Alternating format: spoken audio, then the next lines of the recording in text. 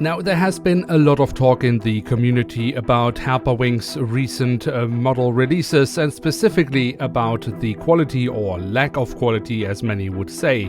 But how bad is it really? I have, of course, also received a bunch of these new models, and today we take a look at the first of these models I received, which I got from my new partner here on the channel, Jumbolino Model, a really awesome model shop which has a whole range of aircraft models. Do check them out, I can highly recommend them. You can find a link to them in the video description below.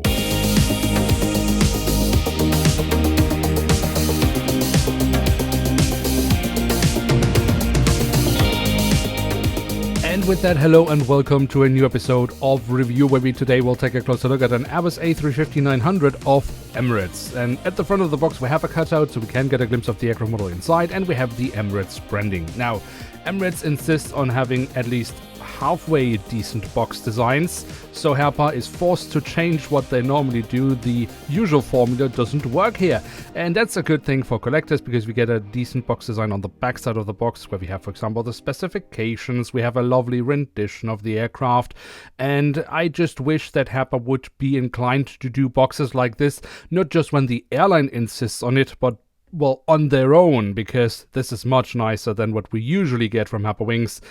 Yeah, Herpa, this is the way forward. And here she is, the Airbus A350-900 in the new standard livery of Emirates. Still a fairly unfamiliar sighting, having the Emirates livery on the A350. Emirates, of course, mostly known for the A380 and 777 operations, in passenger service at least. And in the past, of course, also had A330s, but that's quite a while ago. Now they have the A350 in the mix. But how has Herpa done with this aircraft model? Emirates is, of course, heavily featured by Herpa Wings over the years, some models better than others, but what about this one? That's what we want to find out, and we will find out by taking a closer look at it, checking out the tail section where we, on the vertical stabilizer, have the new Emirates color scheme or branding that is continued on towards the fuselage, where we then also find the full registration code of the aircraft. Yeah, we don't really find much more. I mean, we could say, yeah, there's a little red Emirates sign or branding in the back cabin door, but if that's the extent of detailing we get from Herpa Wings in 2025, then I am still very much underwhelmed. Towards the very tail of the aircraft, we find a bit of detailing around the APU exhaust, and from there we can move on to the top of the fuselage. Now, it is a fairly new aircraft in real life, so there aren't a ton of images, but from the images I could gather on the internet, I can only really see one major set dome that is placed in the back of the aircraft, just like with Herpa. There is a very tiny one at the front, but compared to what Herpa has added, I mean, on the Herpa model, that set dome would be massively oversized. So, to be honest, I would probably just have gone for a print in this case. Now, at the front of the aircraft and across the fuselage, we then have the Emirates branding in English writing, and behind that we have it in Arabic writing. And now Herpa is obviously not known for adding a plethora of details to the aircraft models, but a little bit more here would have been beneficial overall. We do have some static boards. Again, we can find a little red mark in the cabin door. I have to mention this because there is not much more else to be mentioned here. Then, of course, we have another static board around the cockpit section where we also have the aircraft type specification. Here we then, of course, also have the neo black mask around the cockpit windows, which also have a metallic edge, and the window wipers. The cockpit windows for me, however, are placed way too high on the aircraft model, which for me kind of ruins the overall aesthetics of the cockpit section. Above the cockpit windows, we should also mention the emergency hatch for the cockpit. Then we can take a look at the engine nacelles. There we find the silver leading edge has been printed on, as well as safety markings and the Emirates branding. That, I think, actually looks kind of nice. Also, the physical detailing of the engines looks really brilliant, especially here from the front. Very, very nice. You can see the engine fan blades. Then from the engine nacelles, we can move on to the wings, which we should also take a closer look at, starting off with the top side, where we have the different flap slats and spoilers carved out very nicely. We do have the markings as to where to walk on the wing, And on the underside, we find more nice physical detailing and the full registration code of the aircraft. The A350, of course, also has these lovely rounded winglets, where we again have the Emirates branding printed on by Herpa Wings, but we will return to the wings later in the video. The landing gear, that is the standard landing gear that Herpa uses for all the Airbus A350s nowadays, with the main landing gear looking pretty fine, I think. And then we have the front landing gear, which I think also looks pretty decent, but I would have wished for some printed details. Now, on the belly of the aircraft, we do have the Emirates branding with a hole in the fuselage. For standard is not included with this model, so making it really rather pointless and destroying the detail.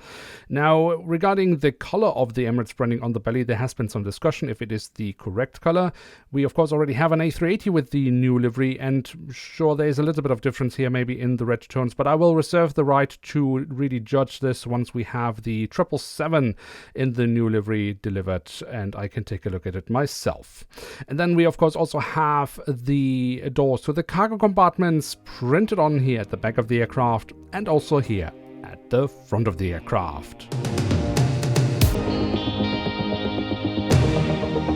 So there we have it, the Airbus A350-900 in the new standard livery of Emirates from Herpa Wings and scale 1 to 500. And what can we say about this aircraft model? Now, on first glimpse, it is fair to say that the model does look alright. The unfortunate thing for Herpa is, of course, if we just dig a little bit deeper, just take a little bit of a closer look, the model starts to fall apart, because there are some quite big issues with this aircraft model. Firstly, of course, we have the misplaced cockpit windows. That is a really old problem for Herpa Wings with their A350s, especially on the 900s for whatever reason. That reoccurs every now and then when they release A350s, but they just don't seem to care to actually fix this issue. Another issue we find on this Emirates, which is kind of reminiscent of the really dreadful A350-1000 of Qatar Airways and the One World livery, is that we do have an angle on all the cabin windows.